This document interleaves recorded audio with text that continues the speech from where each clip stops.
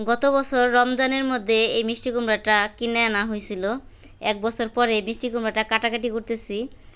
আসলে দেখা যাক যে এটা আসলে ভালো আছে কিনা, না এটার কি অবস্থা হয়ে গেছে আমরা কাটার পরে বুঝতে পারবো। তো বিসমিল্লাহ করে শুরু করতেছি, দেখি কি হয়। আই হাই, আই হাই, কি অবস্থা হয়ে গেল দেখেন। ভিতর দিয়ে সদরঘাট, উপর দিয়ে ফিটপাট, ভিতর দিয়ে সদরঘাট।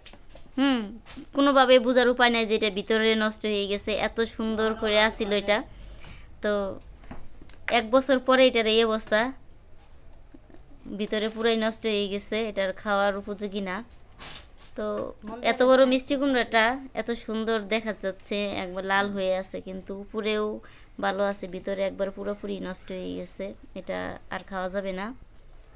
যথেষ্ট পরিমাণে ভালো আছে আর কি, এই পুরোপুরি একবার সম্পূর্ণ নষ্ট হয়ে যায়নি, এখনো দেখা যাচ্ছে।